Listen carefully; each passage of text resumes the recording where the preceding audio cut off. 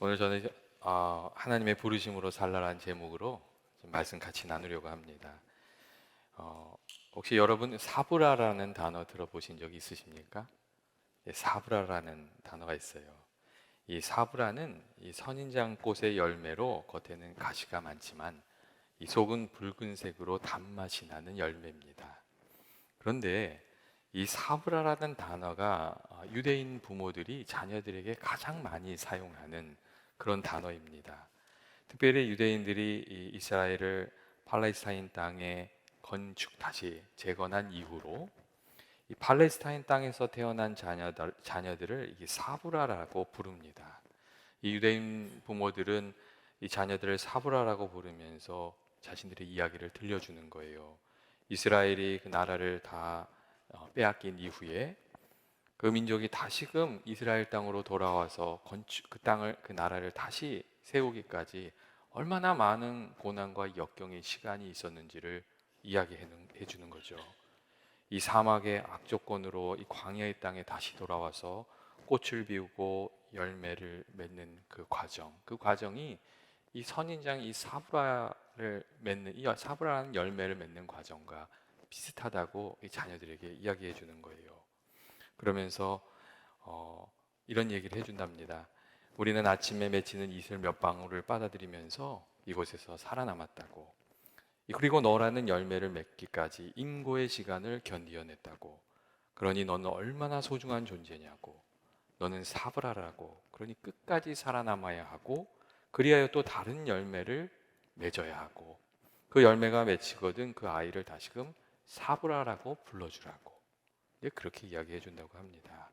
그리고 어려서부터 너는 사브라라는 소리를 듣고 자란 아이들은 그 사브라라는 이 정체성을 가지게 되고 어려움이 와도 두려워하지 않고 어떻게든 그 상황을 최선을 다해서 이겨내는 그런 삶을 살아가게 된다고 합니다. 너는 사브라다 하는 이 한마디 말이 자녀들에게 자신이 누구인지를 깨우쳐주고 또 세상의 가치가 아니라 사명감을 가지고 살아가야 한다는 것을 이렇게 가르쳐 준다는 그런 이야기였습니다. 여러분, 나는 누구인가? 이것을 분명히 하는 것은 참 중요한 일인 것 같습니다. 내가 누구인지 분명히 알게 될 때에 내가 또 어떻게 살아야 하는지도 분명해지기 때문에 그렇습니다. 그런데 오늘날 많은 사람들이 자기 자신에 대한 진지한 질문이 없이 살아가고 있습니다. 이전에 한 컬럼리스트가 한 학자에게 현대인의 특성이 무엇이냐고 좀 정리해 달라고 이렇게 얘기했을 때 그 학자가 이런 이야기를 했어요. 현대인은 자기 자신을 잃어버린 단순 노동자라고. 그는 오늘날 현대인들이 세상에 관한 것은 많이 알게 되었지만 정작 자기 자신에 대해서는 무지한 상태가 되었다고 이야기를 하면서 많은 이들이 단순히 돈을 벌고 즐기기 위해서 일하면서 하루하루를 살아가고 있다고 그렇게 이야기를 했습니다. 실제로 우리들의 삶 속에 그런 면들이 있지 않습니까? 매일매일의 바쁘게 돌아가는 일생에 이 수락에 휩쓸려서 살아가다 보면 나 자신을 잃어버리고 하나님께서 나를 무엇 때문에 이곳에 보내셨는지 내게 무엇을 원하시는지를 잊어버리고 그냥 세상 흘러가는 대로 바쁘게 살아가는 경우가 적지 않습니다. 그런데 어느 순간 내가 누구인가 하는 질문이 찾아오게 되면 그때 다시금 자기 자신의 삶을 되돌아보게 되는 겁니다.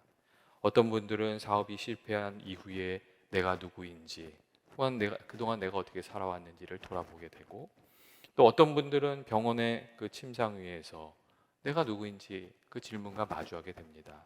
또 어떤 이들은 자녀들을 다 떠나보내고 아이들이 떠난 빈 방에 앉아서 내가 누구인지 내가 어떻게 살아왔는지를 다시금 돌아보게끔 그렇게 된다고 합니다. 어린이 치과병원 버스를 운영하며 가난한 아이들을 이렇게 가난한 아이들에게 무료 치료과 봉사를 하셨던 한 치과 의사 선생님이 계셨어요. 근데 그분이 그 일을 하게 되셨던 것은 자신이 운영하던 치과병원이 파산한 이후였어요.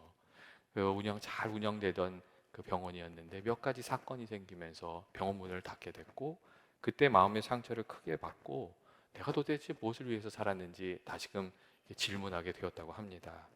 그분이 이제 교회를 열심히 다니셨는데 어느 날 설교를 듣다가 이 가난한 아이들에 대한 눈이 떠진 거예요. 그리고 그때부터 이 가난한 아이들을 하나씩 둘씩 치료해 주기 시작하다가 이 어린이 치과 병원이라는 무료 치과 봉사를 하는 버스를 운영하게 되었고, 그 이후에 잃어버렸던 자신도 찾고 삶의 의미도 발견하게 되었다는 그런 이야기를 해 주었습니다.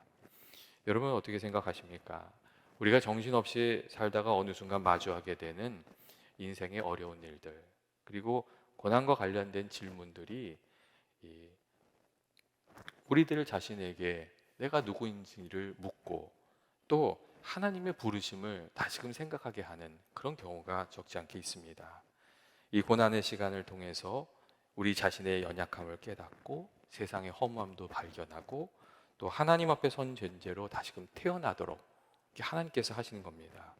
실제로 많은 사람들이 인생의 위기 순간에 하나님을 만나고 또 하나님의 부르심도 듣고 그리고 새로운 인생을 이렇게 열면서 그렇게 살아가는 경우가 많습니다.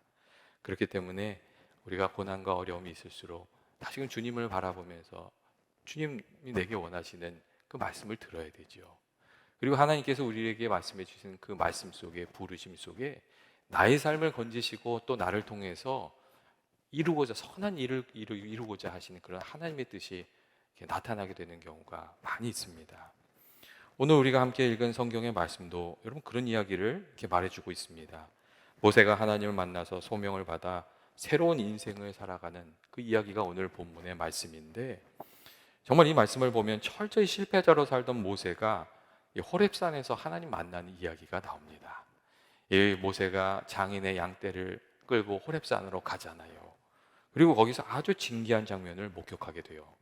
광야에 있는 떨기나무에 불이 붙었는데 그 불 속에서 떨기나무가 사라지지 않는 거예요. 사실 이 광야의 떨기나무에 불이 붙는 것은 그렇게 특별한 일은 아닙니다.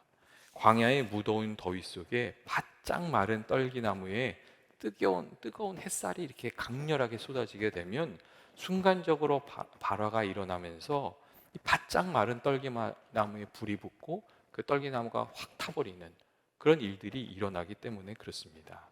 40년이나 광야에서 양을 이끌고 다녔던 모세에게 사실 그런 장면을 보는 그런 게 한두 번쯤은 그거 보았을 그런 장면이었습니다. 그런데 그날은 아주 달랐던 거예요. 불길이 확 타오르면서 떨기나무가 타버려야 되는데 그 떨기나무가 불 속에서 사라지지 않는 거죠. 그러니까 모세의 눈에 이 광경이 너무 놀라웠던 광경이었던 거예요.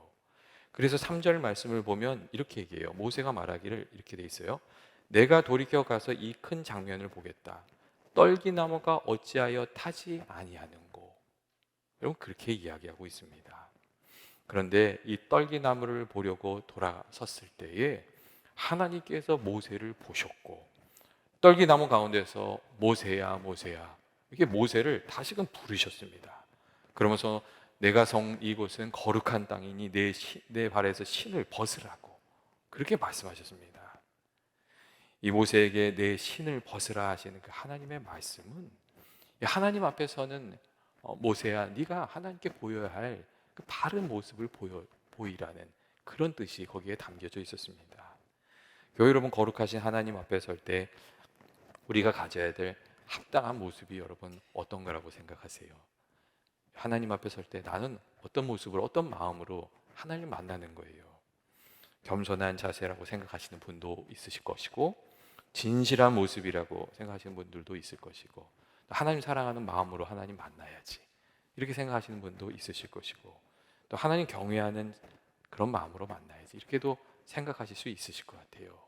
우리들이 어떤 마음으로 하나님을 만느냐 하는 것이 참 중요하잖아요.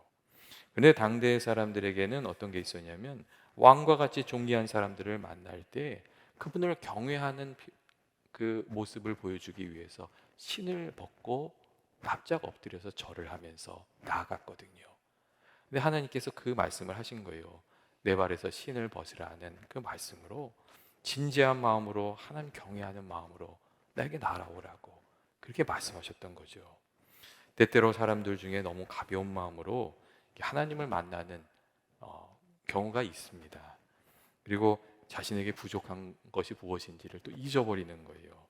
여러분 팬데믹 때 그런 일들이 많이 있었다고 하잖아요. 처음에 방송으로 예배 드릴 때는 그래도 닭 의자에 앉아서 예배 드렸는데 몇 주 지나고 나니까 다 소파에 이렇게 걸치셔서 예배도 보고 막 그러셨대잖아요. 우리들이 하나님께 나아가는 마음을 어느 순간 잃어버리는 거죠. 근데 그 마음이 회복되는 것이 여러분 참 중요하지 않습니까? 어디에서 예배를 드리느냐, 어떤 옷으로 예배를 드리냐, 이런 것은 중요하지 않지요. 하지만 그 마음은 참 중요한 것 같아요. 이 하나님께 나아가는 바른 마음, 하나님께서 그걸 요구하고 계셨던 거죠.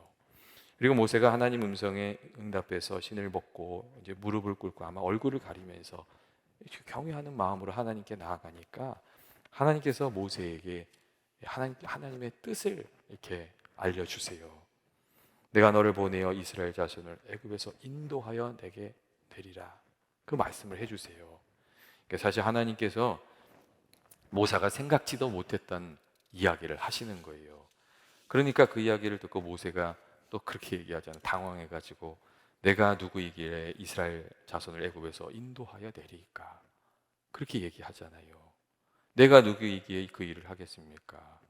사실 모세가 하는 이 이야기에 일리가 있습니다.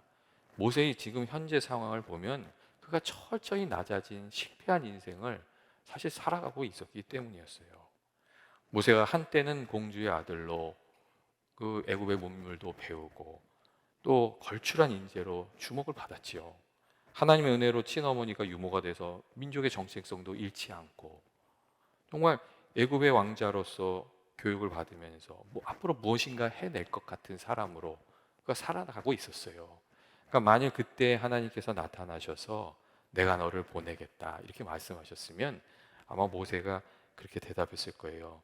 예, 하나님 알았습니다. 제가 한번 해보겠습니다. 아마 그렇게 말했을 거예요. 그런데 이제는 아니잖아요.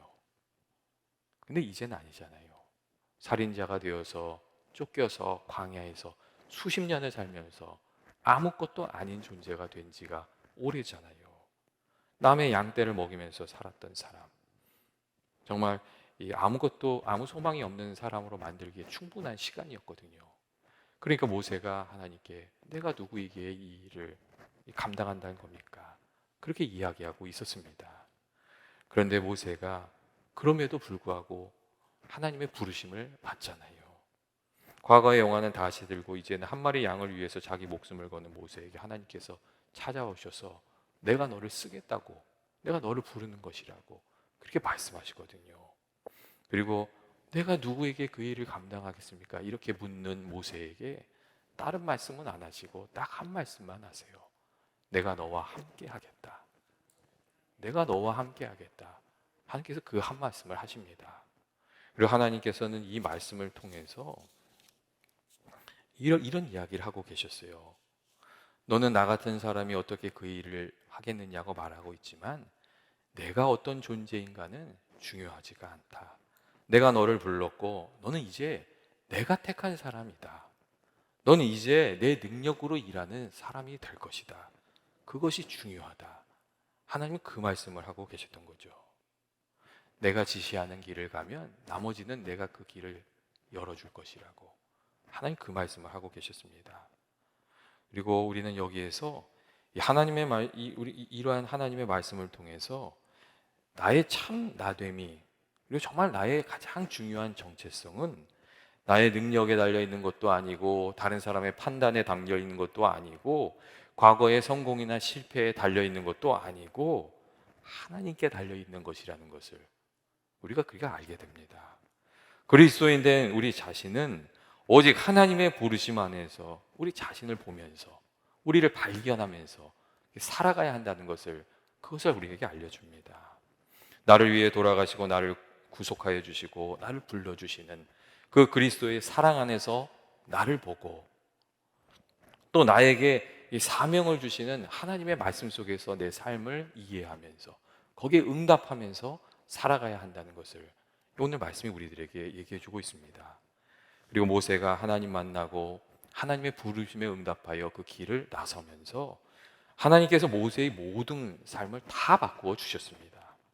실패한 인생이 의미 있는 인생, 성공한 인생으로 바뀌게 되었고 모세의 과거, 이 어두운 모든 과거가 하나님을 위해서 준비됐던 과정으로 바뀌게 되었고, 또 이 하나님의 일을 하게 되면서 그 인생의 무게와 의미가 완전히 달라지게 되었습니다.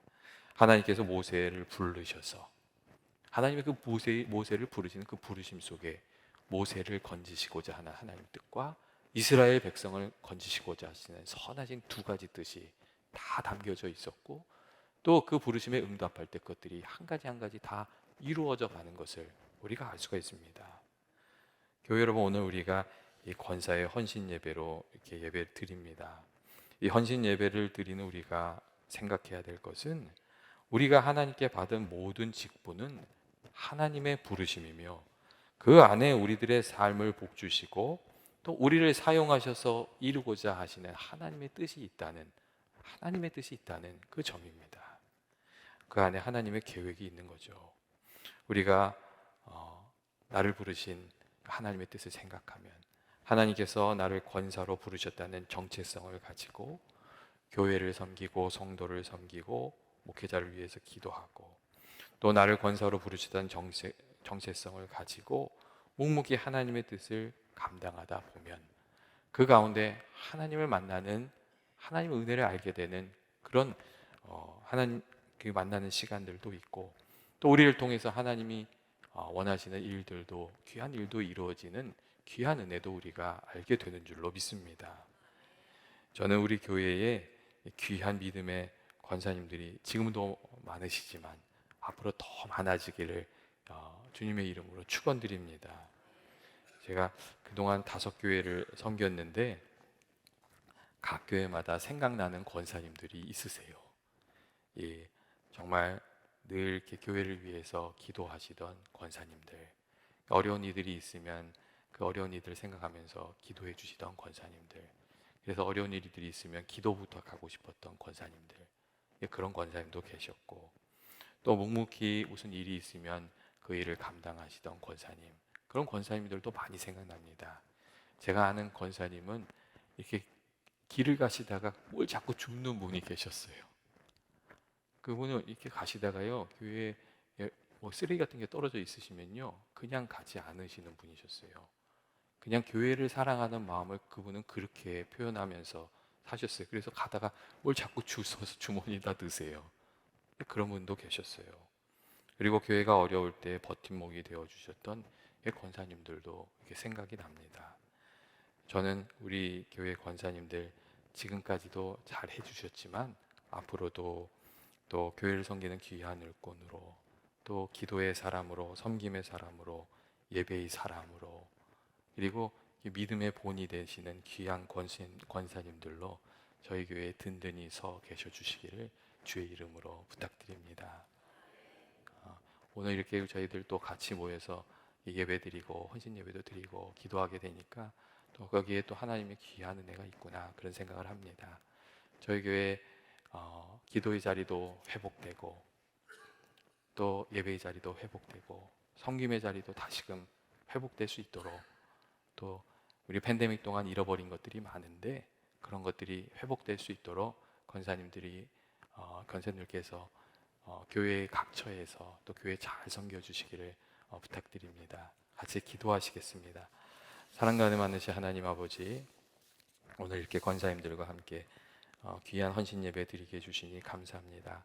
권사님들 그동안 우리 교회를 위해서 늘 수고해 주시고 애써 주셨는데 아버지께서 그 귀한 헌신들 꼭 기억하여 주시고 아버지께서 은혜 더하여 주셔서 마지막 날까지 주님 앞에 늘 신실하게 섬기는 기도의 권사님들, 섬김의 권사님들, 또 사랑과 은혜가 충만한 권사님들 되게 하여 주옵소서. 주께서 함께해 주시길 원하오며 예수님의 이름으로 기도합니다. 아멘.